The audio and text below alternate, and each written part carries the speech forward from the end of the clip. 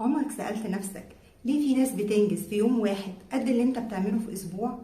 السر مش في عدد الساعات، السر في التايم مانجمنت او فن إدارة الوقت. والنهارده هقولك باسلوب علمي بسيط ازاي ان تنظيم الوقت مش بس هيزود البرودكتيفيتي بتاعتك او انتاجيتك يعني، لكن كمان هيقلل التوتر قبل الامتحانات او الايفنتس المهمة، ويدي دماغك افضل فرصة انها تشتغل بكفاءة. وقبل ما نتكلم عن خطوات ومبادئ تنظيم الوقت الفعالة، وكمان ناخد تطبيق عملي للطالب ازاي ينظم وقت المذاكرة بصفة عامة وقبل الامتحانات بصفة خاصة، تعالى نتعرف على أهمية وقتنا. قال رسول الله صلى الله عليه وسلم: نعمتان مغبون فيهما كثير من الناس، الصحة والفراغ. معنى مغبون يعني مظلوم، وطبعا الناس هي اللي بتظلم نفسها لما تفرط في النعمتين دول وما تستغلهمش كما يجب، زي ما هو متفسر في الحديث التاني: اغتنم 5 قبل 5، شبابك قبل هرمك، وصحتك قبل سقمك، وغناك قبل فقرك، وفراغك قبل شغلك، وحياتك قبل موتك. كمان علماء الغرب كان ليهم مقولات شهيرة زي A goal without a plan is just a wish، يعني من غير خطة واضحة لتحقيق هدف ما فهو هيفضل مجرد أمنية. وكمان عجبتني مقولة By failing to prepare you are preparing to fail، يعني لو مخططناش واستعدينا لتحقيق ما نسعى إليه فإحنا في الواقع بنخطط للفشل، لأن أساس الإنتاجية هو التخطيط. من الكلام اللي فات يا ريت تكون الصورة وضحت شوية وقدرنا ندرك أهمية وقتنا اللي هو أساسا جزء من عمرنا، كما قال الحسن البصري: يا ابن آدم إنما أنت أيام، فإذا ذهب يومك ذهب بعضك. لازم نعرف إن العمر اللي بيعدي مش بيتكرر تاني. هنا عجبني تشبيه الوقت بالمال، والحقيقة إن الوقت أغلى من المال. بس خلينا نفكر كده قبل ما نضيع وقتنا في حاجة، هل الحاجة دي تستحق أدفع فيها فلوس؟ زي مثلا هل هدفع فلوس عشان أتفرج على محتوى معين مش هيفيدني بشيء؟ لو الإجابة لأ، يبقى ما تدفعش فيه وقتك اللي هو عمرك. يبقى هنتعلم نقول لأ لكل ما لا يستحق وقتنا. معلش اتكلمت كتير عن أهمية الوقت، بس كان لازم عشان نقدر نستوعبها كويس. خلونا ندخل في موضوعنا وهو تايم مانجمنت. إدارة الوقت مش مجرد جدول، هي evidence based skill، أي مهارة مدعومة بأبحاث في علم الأعصاب أو السيكولوجي. لما بننظم وقتنا مستوى الاستريس هرمون أو الكورتيزون بينزل، وده معناه تركيز أعلى وأداء أسرع ونوم أحسن. بس يا ترى إيه هي المبادئ العامة لتنظيم الوقت أو التايم مانجمنت؟ أول واحد prioritization أو ترتيب الأولويات. المخ ما بيحبش الفوضى، فأول خطوة إننا هنقسم المهام حسب أهميتها، وفي كذا تقسيمة. أول تقسيمة هاي وميديوم ولو، ممكن نقسمها لعالي أو متوسط أو قليل الأهمية. هنبدأ دايما بالحاجة المهمة أو اللي عاملة علينا ضغط نخلصها الأول. 2، ممكن كمان نقسمها حسب مصفوفة أيزنهاور إلى 4 أقسام. urgent and important يعني مستعجل ومهم، ده أول حاجة هنعملها. important but not urgent يعني مهم بس مش مستعجل، فده هنرتب له مكان في الجدول تاني حاجة مثلا. urgent but not important delicate if possible يعني مستعجل بس مش مهم، وهنا يجي دور التفويض. لو شيء عاوز يتعمل على طول بس مش مهم ان انا بالذات اعمله واقدر افوض حد غيري واوفر وقتي، يبقى هعمل كده. وسهل اننا نحسبها، لو مثلا انا مشغوله والبيت عايز يترتب ويتنظف فالاحسن ليا اجيب حد يقوم بالمهمه دي واوفر وقتي. طبعا بعد ما احسب تكلفه الحاجه دي هتعادل الخساره اللي هدفعها من وقتي وممكن صحتي. لو الاجابه وقد يكون المكسب اكتر، يبقى اكيد الجا للخيار ده، ونقيس على كده في كل عمل عاجل ومش مهم ان انا اعمله بنفسي. not urgent not important يعني حاجه مش مهمه ومش مستعجله، ده غالبا مش هنعمل حسابه خالص في الجدول، والحاجات دي اساسا بتكون مضيعه للوقت. وفي قاعده مهمه في ترتيب الاولويات، هي قاعده باريتو او قاعده ال20-80، اللي بتقول ان غالبا 20% من المهام بتحقق 80% من النتائج، فهنركز على انجاز ال20% دول الاول ونتجنب تشتيت الجهد في المهام السنويه، والمبدا ده هينطبق على معظم التاسكس بتاعتنا. رقم 2، تجزئه المهام الكبيره او السلامي سلايسنج. هنقسم المشاريع المعقده لمهام صغيره يمكن انجازها بسهوله، وتحديد مواعيد نهائيه لكل مهمه مما يقلل الشعور بالارهاق ويحفز على البدء. 3، مراعاة الفوكس انترفال أو فترات التركيز.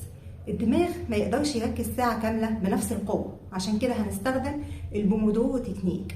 25 دقيقة تركيز، 5 دقايق راحة، أو 45 دقيقة تركيز و10 دقايق راحة حسب طبيعتك والفترة اللي ممكن تركز فيها بدون تعب.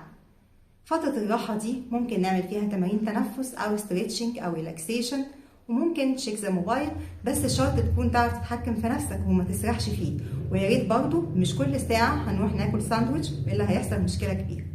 بعد ترتيب الأولويات وتقسيم المهام الكبيرة إلى أجزاء صغيرة، تالت حاجة هتكون التخطيط الأسبوعي والتخطيط اليومي. هنعمل جداول زي تو دو ليست ونستخدم الكالندر. خصص وقت ثابت في بداية كل أسبوع لتحديد الأهداف الكبرى، ثم ضع قائمة مهام يومية واقعية ومنظمة. وجود خطة مكتوبة بيقلل القلق بنسبة كبيرة. اعمل ديلي تو دو ليست وحط مواعيد ثابتة للعمل والراحة. رابع مبدأ هو تجنب تعدد المهام أو المالتي تاسكينج. ركز على مهمة واحدة فقط في كل مرة لإتمامها بكفاءة أعلى وجودة أفضل، فالتنقل بين المهام بيهدر الوقت والتركيز. 5. overcome procrastination، التعامل مع التسويف بفاعلية. حدد الأسباب الجذرية للتسويف وابدأ بالمهام الصعبة أولا. قاعدة بيسموها قاعدة أكل الضفدع لضمان إنجاز الأهم، اللي هي قاعدة ال5 دقايق للبدء في مهمة غير مرغوبة. غالبا لو استحملنا أول 5 دقايق هنستمر في المهمة دي. 6. تحديد أوقات ذروة الإنتاجية اللي هي البرايم تايم. work with your energy not without it. قم بتنفيذ المهام التي تتطلب تركيز عالي في الأوقات اللي تكون فيها طاقتك الذهنية في أعلى مستوياتها، وده بيختلف من شخص للتاني. وإن كان فترة الصباح المبكر غالبا هي أعلى فترات التركيز، بس طبعا نكون نايمين بدري.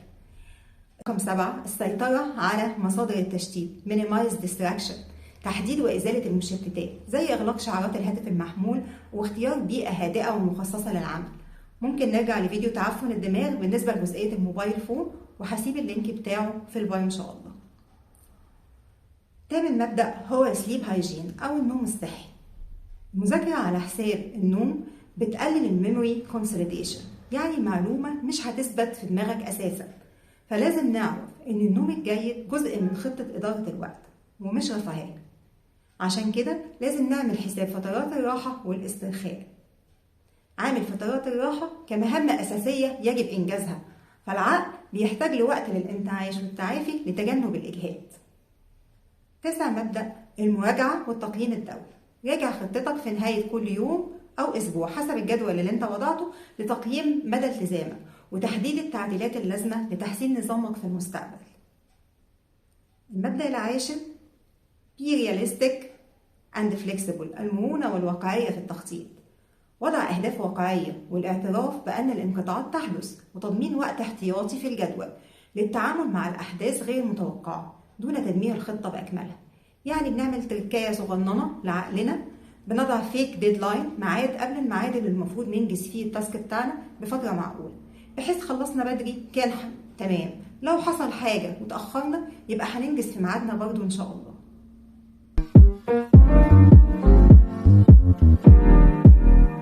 دلوقتي نيجي للجزء الثاني من الفيديو، وهو التطبيق العملي للكلام اللي قلناه بالنسبة للطلبة. في دراسة نشرت في إبريل 2025 اتعملت على 1016 طالب صيني، كان الغرض منها يشوفوا مدى أهمية تنظيم الوقت وتأثيره على المشاركة والأداء الدراسي للطلاب.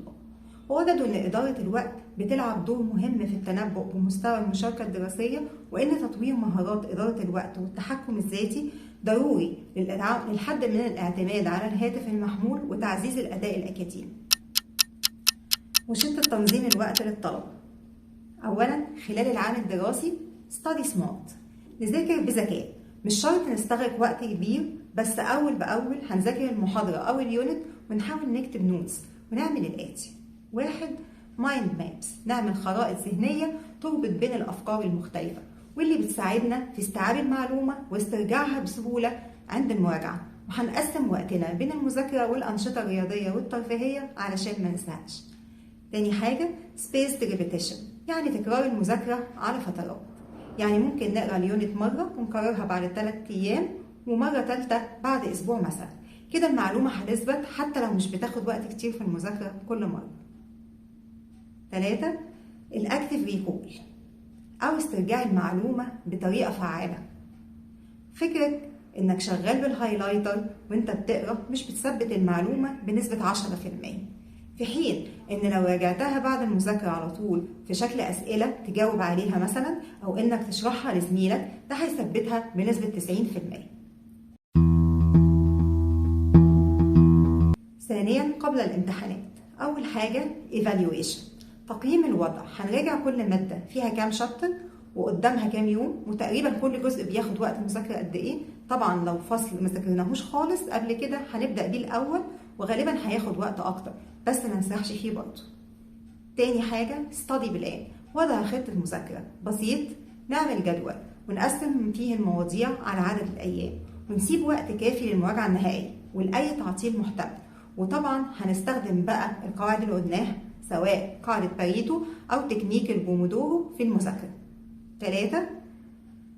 السمارت ريفيجن، ابدأ بأضعف نقاطك أو الأجزاء اللي عليها درجات أو نقاط أعلى.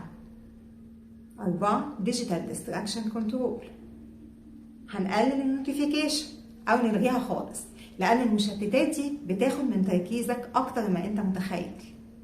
5. ديلي ريفيو، قبل النوم هشوف أنجزت إيه وعلى أساسه أعدل خطة بكرة.